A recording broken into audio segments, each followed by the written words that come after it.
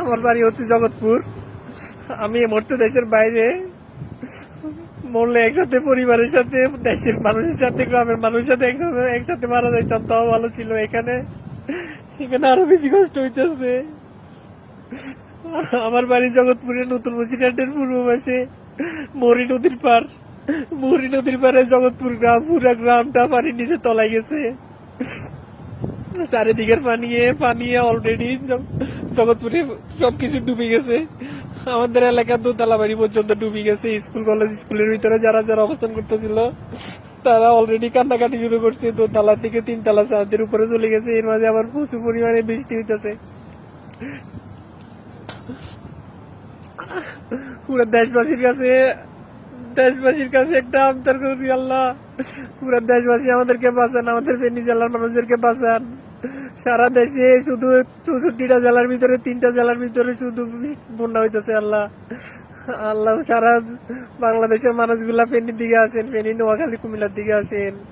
অবস্থা খুবই খারাপ। প্রত্যেক চোখের সামনে একটা একটা করে লাশ হইব, একটা একটা করে পানিতে পাশে দিব। কারণে যে কেউ ধরে রাখবো, কারে কে বাঁচাইবো আল্লাহ জানে, এক আল্লাহ জানে।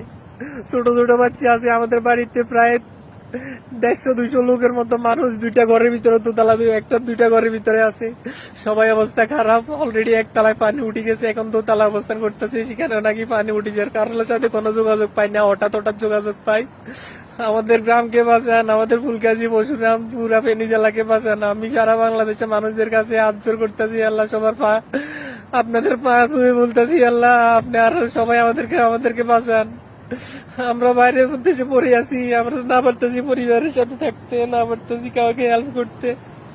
মনে হইতেছে কোন গলার ভর্তি চুরি দিয়ে দিছে আমাদের কাছে, এমন মনে হইতেছে। আমাদের পরিবারকে বাঁচান, আমাদের পরিবারকে বাঁচান, জগৎপুরকে বাঁচান, ফুলগাজী সবাইকে রক্ষা করুন আল্লাহ।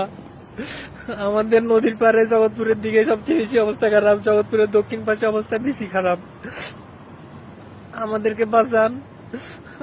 সারা বাংলাদেশের মানুষ আসেন,